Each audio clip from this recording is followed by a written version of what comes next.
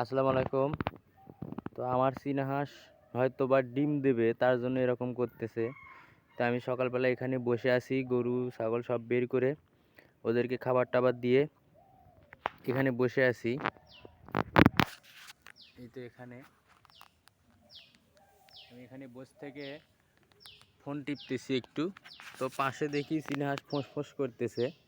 তো পাশে তাই ফিরিয়ে তাকিয়ে দেখি ওরা দুইজন এরকম ওখানে খড় আছে, খড়ের ভেতরে ঠোকাঠুকি করতেছে।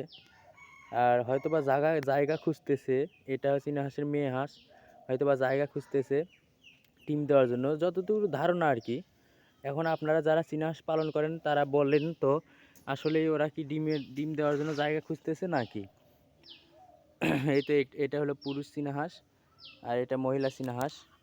আমার ধারণা হয়তোবা ডিম দেওয়ার জন্য জায়গা খুঁজতেছে। এখন আপনাদের কাছে প্রশ্ন থাকলো, যারা চীনা হাঁস পালন করেন, যেহেতু আমি নতুন, তো সে কি ডিম দেওয়ার জন্য জায়গা খুঁজতেছে নাকি, সেটা আপনারা একটু কমেন্ট করবেন আমাকে। তো ধন্যবাদ, সবাই ভালো থাকেন, সুস্থ থাকেন। আসসালামু আলাইকুম।